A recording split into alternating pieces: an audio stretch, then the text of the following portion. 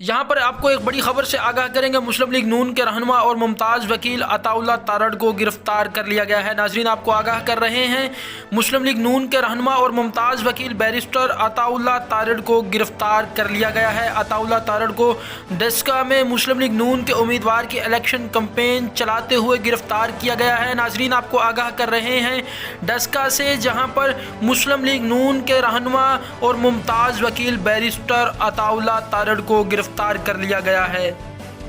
یہ مناظر آپ اپنی ٹیلی ویژن سکرین پر دیکھ بھی سکتے ہیں۔ عطاءاللہ تارڑ کو ڈسکا سے گرفتار کر لیا گیا ہے۔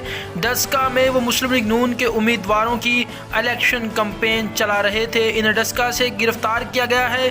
ترجمان مسلم لیگ نون مریم اورنگزیب کی جانب سے گرفتاری کی شدید مذمت کی گئی ہے، تاحال گرفتاری کی کوئی وجوہات سامنے نہیں آ سکی۔ جرم ہے، قانونی